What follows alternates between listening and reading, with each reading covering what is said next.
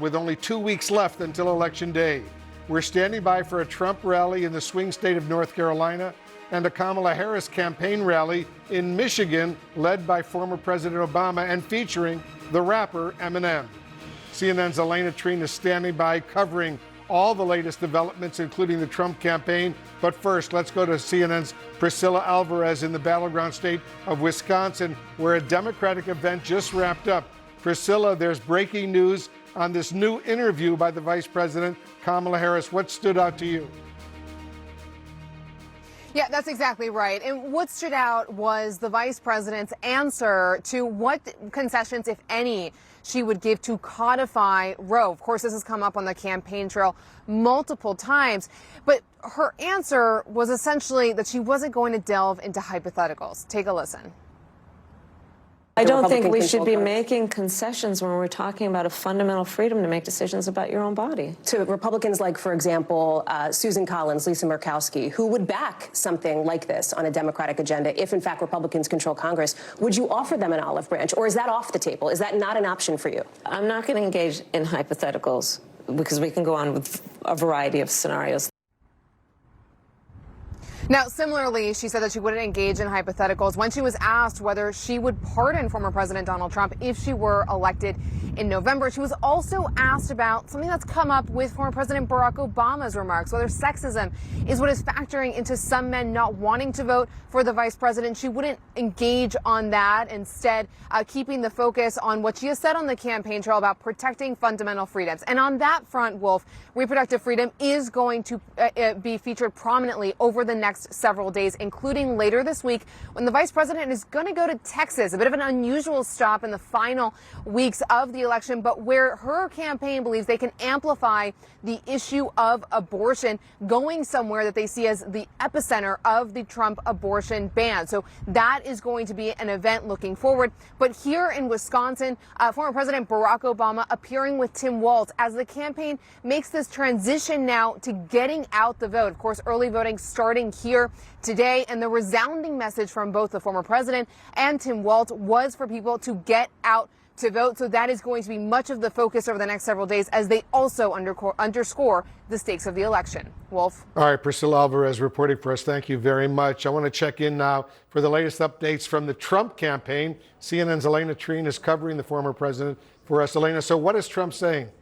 Well, Wolf, today Donald Trump kicked off his day today with a roundtable with Latino leaders. And he talked a lot about the economy, about immigration, about energy, all typical Trump speech, rhetoric. But then he also very much leaned into his attacks on Kamala Harris. He called her low IQ. He said that she isn't very intelligent and demeaned her in other ways. I want you to take a listen to what he said. She's sleeping right now. She couldn't go on the trail. You think when you have 14 days left, you wouldn't be sleeping. Who the hell takes off? You have 14 days left. And she'll take a couple of more days off, too. You know why? She's lazy as hell. There's something wrong with her, too. She's slow, low IQ. Now, Wolf, as Priscilla mentioned, Harris today has been doing some interviews and whatnot, but this is something Donald Trump is trying to seize on, as people have noted that he's been canceling his own events. Even today, he canceled a planned appearance with RFK Jr. and others, a virtual appearance, I should say. But I do want to add that this roundtable this morning was really crucial to what the Trump campaign is trying to do right now, which is target any sort of demographic that they think could help them, particularly on the margins. They recognize that this election is going to be incredibly close, and that's why they're trying to not only siphon voters away from the Harris campaign, but also try to turn out low propensity voters. And one key group is not only Latinos, but Latino men. That has been a core focus of them, and you really heard Donald Trump aggressively pursue them during that roundtable this morning. All right, Elena Treen reporting for us. Elena, thank you very much. I want to break all of this down with our political experts who are standing by. And Eva McKen, let me start with you. Kamala Harris was asked in this new NBC News interview about what she would do if Trump were to declare an early victory in the election before all the votes are even counted. Listen to this. Listen to this. So we've got 2 weeks to go, and I'm very much grounded in the present. in terms of the task at hand, and we will deal with election night and the days after as they come, and we have the resources and the expertise and the focus on that as well. So you have teams ready to go? Is that what you're saying? Are you thinking about that as a possibility? Of course. This is a person, Donald Trump, who tried to undo a free and fair election, who still denies the will of the people, who incited a violent mob to attack the United States Capitol, and 140 law enforcement officers were attacked. Some were killed. This is a serious matter. And Eva, as you know, Trump earlier today cast doubts on the election results. Let's watch this. Watch this. Let's see what happens, because it all doesn't matter, because, bad things happen. Some very, very bad things happened last time. But this time we don't have COVID, and it's going to be a lot harder for them to do bad things. So we're going to see. We have tremendous people. We have a lot of lawyers working. We have lawyers working, numbers of lawyers that nobody's ever seen before, because we're not going to play games. Eva, as you know, that's a striking contrast to one the Harris campaign has been trying to play up, right? It is. Her central argument is that the former president is unfit for the presidency, that he exhibits behavior that demeans the office. That is what she often says. And to me, this is an appeal not only to disaffected Republicans, because there are going to be Republicans for sure who don't agree with her on a whole host of policy matters. But the argument that they're making is that this election is not that. This is existential. This is about the future and health of our democracy. And it's an argument that they can also sell to the left as well, who disagree with her on a whole host of issues too. But, when the former president makes these types of comments, it gives the vice president more fuel to really make this broader argument that she wants to make.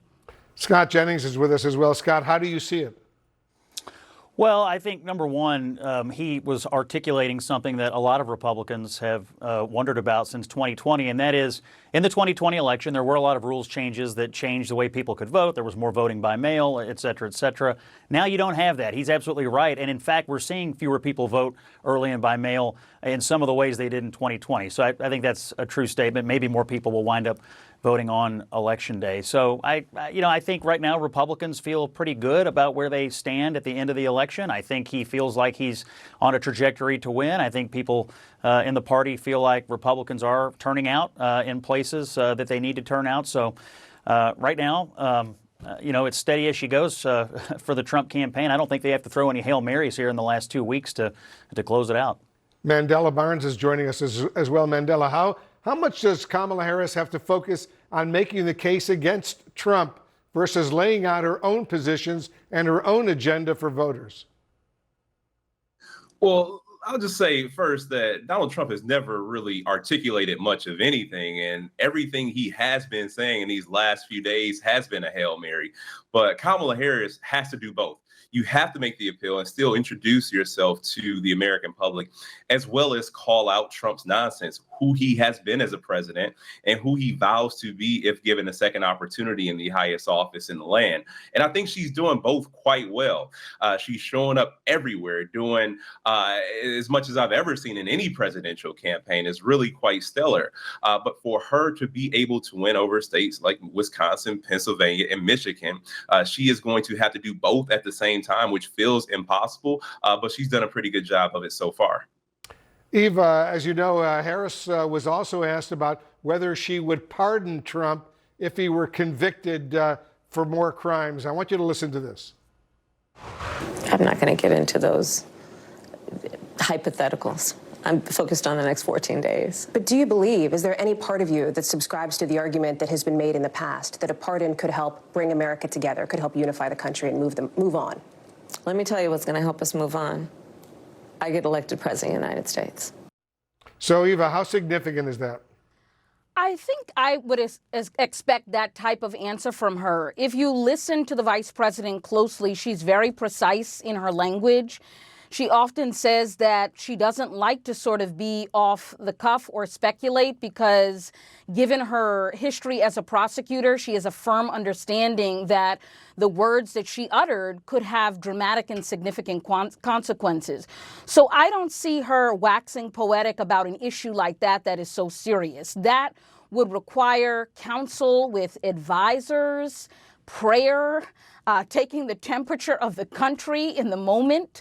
I mean, a lot would go into something that serious. And so I don't even know how appropriate it is to really answer that question at this stage when voters are just starting to vote and we are at least 2 weeks away from the election even being decided. One of the schemes to undermine the election 4 years ago involved fake electors. That's people chosen, Trump supporters, before the election who were supposed to serve as real electors if Trump won, but he lost. And at the behest of the Trump campaign, these electors signed phony certificates falsely claiming that Trump won their states anyway, Arizona and Georgia and Pennsylvania and on and on. Trump then tried to use those fake certificates to stay in power by pressuring then Vice President Mike Pence to reject Biden's electors on January 6 in Congress and then to recognize the fake Republican ones.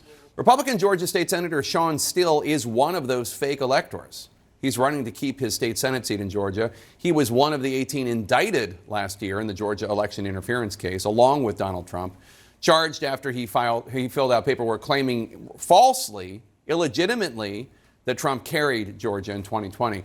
Still's opponent, Democrat Ashwin Ramaswamy, joins us now. Ashwin, thanks for joining us. So you worked on election security at CISA, the Cybersecurity and Infrastructure Security Agency. You did that for more than 3 years. Then you decided to run for office for the state Senate seat. Is there something that you experienced at CISA trying to protect cybersecurity that made you feel like running for office was the next step?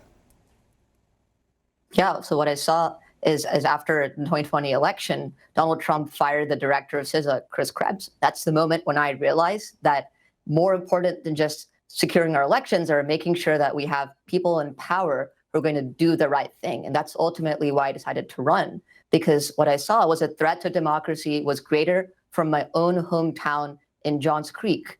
Sean Still has been criminally indicted for trying to overturn the election results. And whereas we need folks who are going to focus on things like overturning our abortion ban, protecting children in schools. And I couldn't stand by and see my community represented by someone with such poor judgment, such poor character. Not only is he criminally indicted, he also lied about being a veteran. He's been attacking me based on my race. And I think it's very clear for our voters what the choice looks like and how we need people to focus on the future and on the issues that actually matter to our community. In 2022, Sean Still beat the Democratic candidate, Josh Uden, by about 10,000 votes, even though it was well known at the time that Sean Still was under investigation for election interference. He hadn't been indicted, but people weren't unaware of the fact that there was some shady business going on with him. What makes you think that you can beat him in a way that the previous Democrat was not able to? Honestly, because this election's about values. One is never too young to actually go and do the right thing.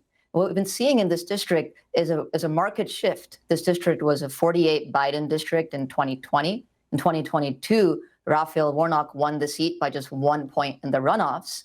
And Asian Americans in particular have gone from becoming the marginalized population in this area to now becoming the margin of victory. And for these folks, what they really care about is honesty, integrity in government.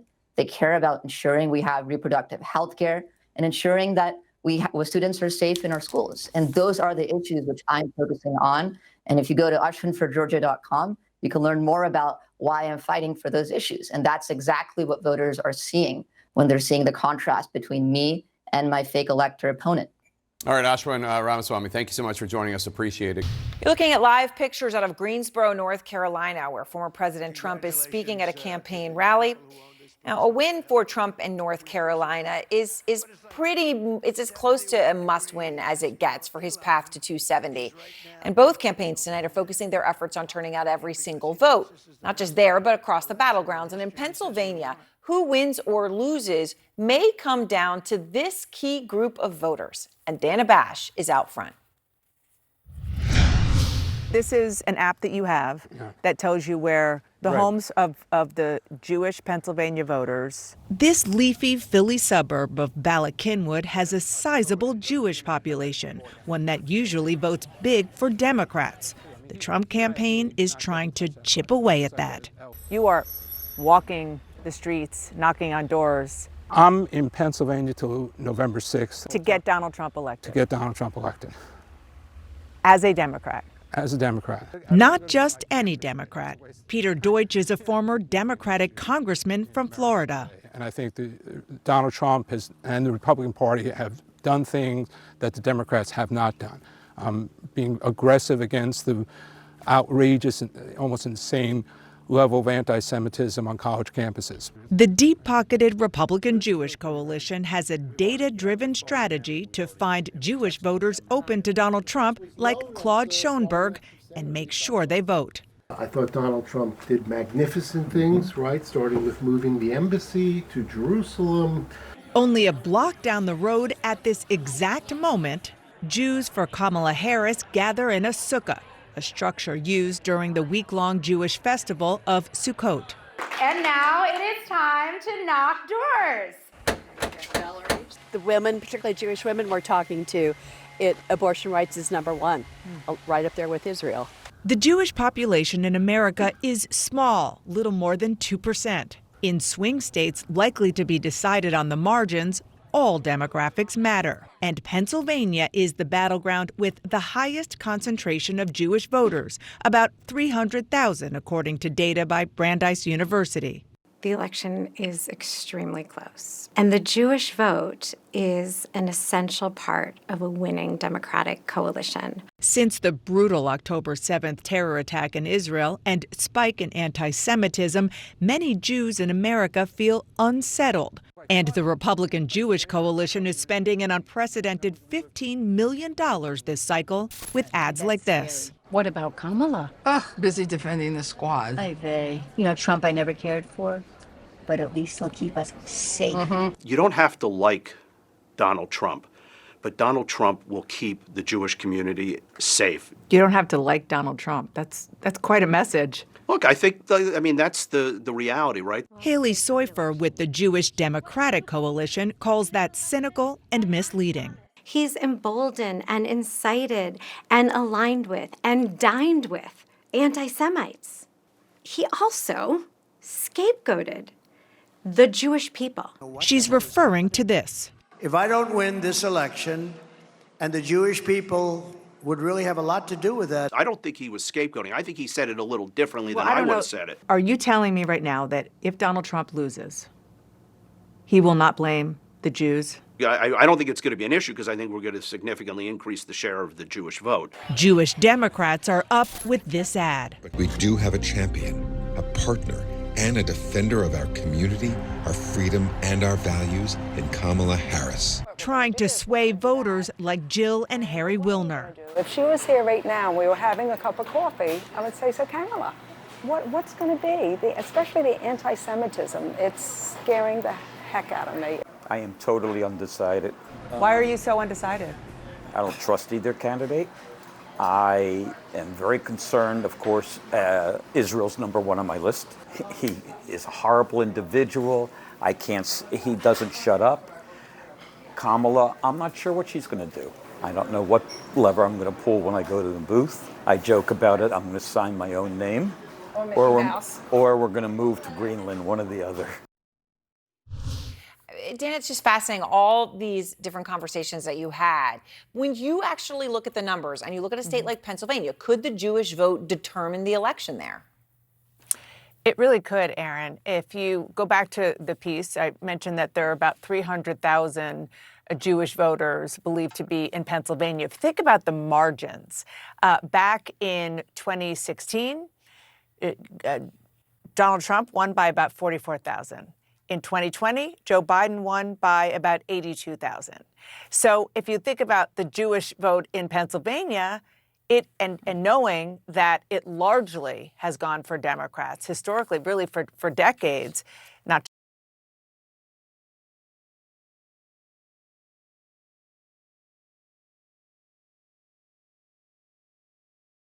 Breaking news, Kamala Harris in a new interview tonight trying to make the case that Donald Trump doesn't care about the American people. So she sat down tonight with NBC. She did 2 interviews today. And this is obviously 2 weeks to the day before the election. The race is neck and neck according to the polls. And here is what she said. We all deserve to have a president who is focused on solutions and not just fanning the flames of division and hate. It's part of why people are exhausted with Donald Trump and his approach, because it's all about himself and his personal grievances and not about the American people. All right, everyone's back with me. So, Fred, that message, she's really pounding the table on that. Is that going to move the needle right now with base voters or with voters who may end up, deciding this election in those crucial states?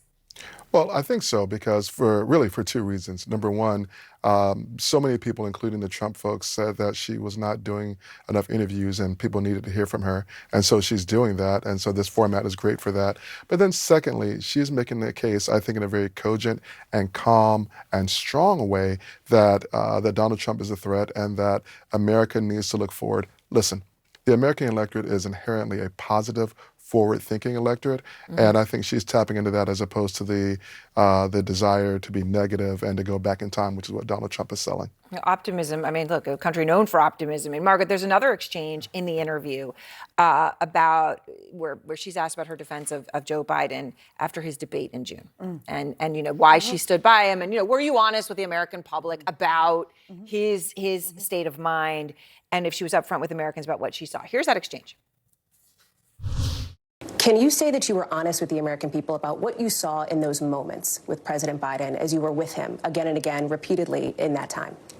Of course. Joe Biden is an extremely accomplished, experienced, and capable in every way that anyone would want if they're president. You never saw anything like what happened at the debate night behind closed doors with him? It was a bad debate. People have bad debates. He is absolutely. But that's the reason why you're here, and he's not running for the top of the ticket. Well, you'd have to ask him if that's the only reason why. What do you think? I am running for president of the United States. Joe Biden is not. Does she need a better answer than that?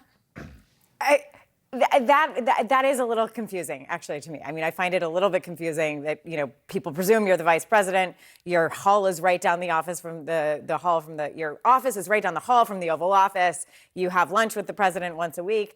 Yeah, she could have a better answer for that. Fred, do you agree? I mean, I think she said what she said. She's the vice president. She's extremely loyal to him. And I think the point that she made is accurate, that he had a bad debate. People have bad debates. Obama had a bad debate in 2012. That didn't make him a bad president. No. I mean, it did change the course of history, though. One way or the other, it did. Mark, Harris was also asked about Elon Musk going all in to help Trump win, right? We know we've got these $100 million. I don't think there'll be that many of them, obviously. It's one a day.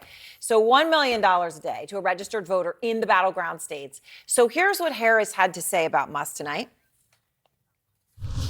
Do you worry that it could be effective, his support for former President Trump in that key battleground? Listen, I'm not about doing it gimmicks and all of that. I think that what we have to do and what I'm going to continue to do is to be out in communities. Mark, do you think this is a gimmick? Do you think Elon's actually moving the needle?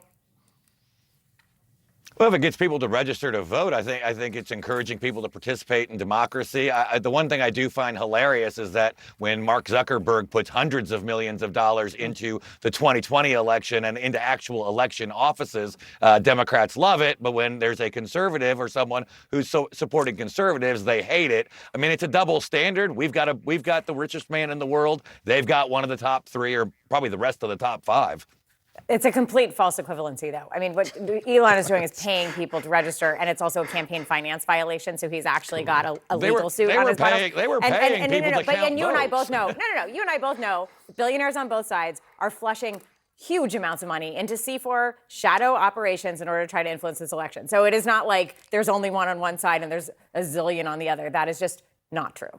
All right. Fred, there was one other thing in that she did 2 interviews today, as I said. No rallies, no public events.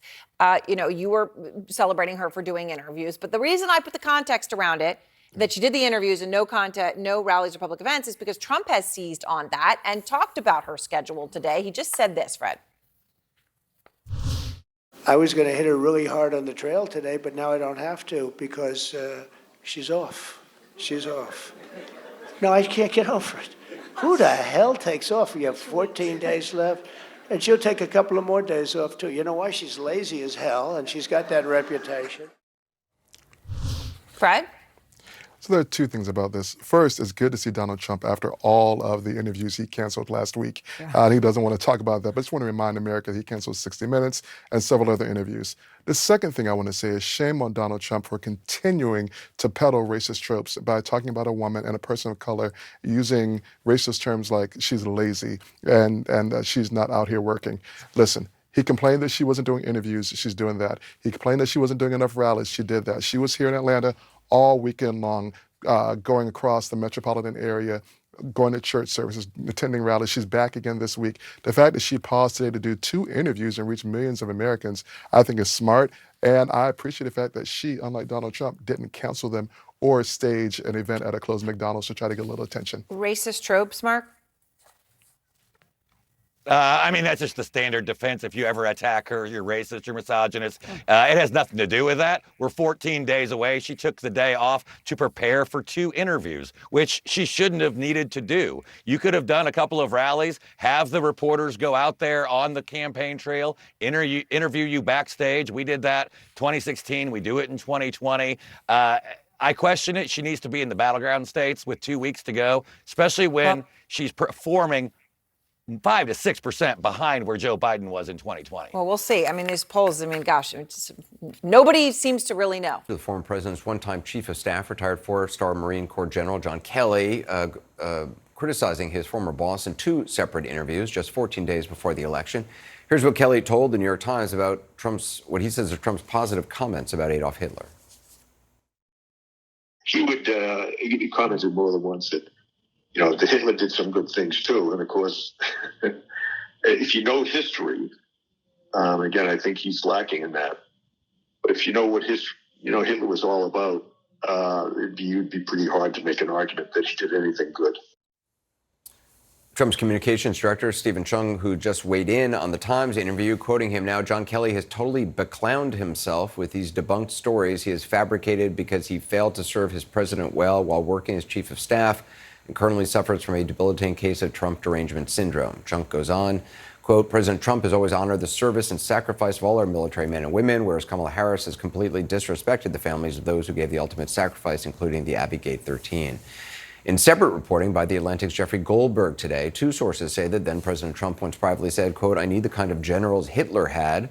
The Trump campaign has denied those allegations as well. Joined now by Senator Bernie Sanders, who sits on the Veterans Affairs Committee. Senator, first of all, just your response to this Atlantic article and what General Kelly is saying about the former president. Have you ever seen a situation where you have a highly respected Marine general, former chief of staff coming forward saying something like this, just like General Mark Milley did, former chairman of the Chiefs of Staff? Right. Look, what you have, and I think it's important for Republicans and conservatives to understand this, it's not just John Kelly, his former chief of staff. It is Mike Pence, who was his vice president for 4 years, unprecedented, to saying Mike Pence is not going to vote for Donald Trump. It is Dick Cheney, one of the most conservative vice presidents in American history, and his daughter, Liz Cheney, not voting for Donald Trump. It is Mitt Romney, the 2012 Republican candidate for president, not voting for Donald Trump. Why is that? It's not only just policy issues. It is the fact that they understand by temperament and character. This man is unfit to be president of the United States. He is a pathological liar. For the first time in American history, he tried to prevent a peaceful transfer of power and fomented an insurrection to try to deny the election results of 2020. So before you even get into policies like climate change or minimum wage or housing or anything else, healthcare, I think it's just a no-brainer that Donald Trump should not be elected president of the United States.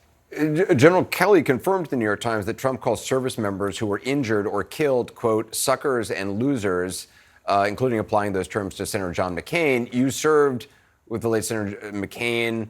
Do you believe John Kelly? Yeah, I do. I mean, I know John slightly, and I knew John McCain fairly well. And John and I disagreed about everything, but we were friends, actually. And I liked him very much, an honest, straightforward guy who obviously served his country heroically, was a prisoner of war, and deserves our deepest respect. And he is somebody who was disrespected by Trump, I suspect, because McCain cast the deciding vote to protect the Affordable Care Act. But I think in Trump, you have somebody who is power hungry, who has very, very strong authoritarian tendencies, who does not believe in democracy. And no matter what your views are, I don't care if you're a conservative, progressive, or whatever you may be, this is not a guy we should be supporting to be president of the United States. What do you think Vice President Harris needs to do in this next 14-day period? Reuters is reporting that the Harris campaign is in talks with the Joe Rogan podcast. I know you've gone on that podcast. You go and speak at a lot of places. I saw you recently on Fox. Do you think she should go on that? I even did the Anderson Cooper show. I know. You're even here. I appreciate it. Look, I think it doesn't hurt. Trump is all over the place, and I think it doesn't hurt. Get out there, answer the questions. But I think also, and she's been making some progress in this area, I think she's got to be stronger on economic issues. It pains me very much as somebody who grew up in a working class family that lived paycheck to paycheck to see working class people supporting Donald Trump, who's going to work day and night, not for workers, but for the billionaire class. So recently, Kamala has said, for example, which is a good thing, that she wants to expand Medicare to cover home health care. I don't know, Anderson, if you study the issue. Disastrous. Elderly people, disabled people want to stay in their homes, forced into nursing homes because they can't pay for the home health care. Right, the cost she is wants to expand Medicare to cover home. Astronomical. That's a big deal. She wants to cover vision and hearing. I would like her to cover dental as well. But it's a big, big deal that she's willing to do that. Just the other day, today, I think, she announced her support for raising the minimum wage to at least $15 an hour. I would go higher than that. But you got millions of workers in America today who are trying to get by on 10, 12, 13 bucks an hour. I don't care if you're in rural Wyoming or if you're in New York City. You can't make it on 12, 13 bucks an hour. We've got to raise the minimum wage. She wants 15, at least 15. It's a step forward. Vice President Harris was campaigning yesterday with former Congressman Liz Cheney. Are you concerned at all that endorsements like the Cheneys intended to bring in moderate Republicans might alienate progressives? I don't think so. We're talking about two different things. Liz Cheney and I disagree on every single thing. You name it, we disagree. The one area where we don't disagree is she happens to believe in American democracy and the rule of law. And that's why she has been so opposed to Donald Trump and supporting Kamala. And I respect that. She has taken enormous flack from the Republicans, her fellow Republicans.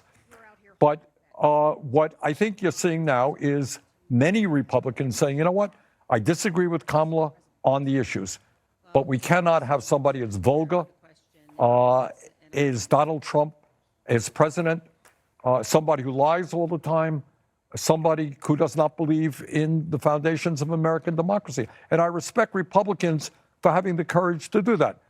Liz Cheney and I will argue about every issue in the world. I'm right and she's wrong. But that's called the democratic process, That's what we do. We don't try to deny election results. That's authoritarianism. Senator Sanders, I appreciate your time on this really busy night. Thank you very much. Thank you.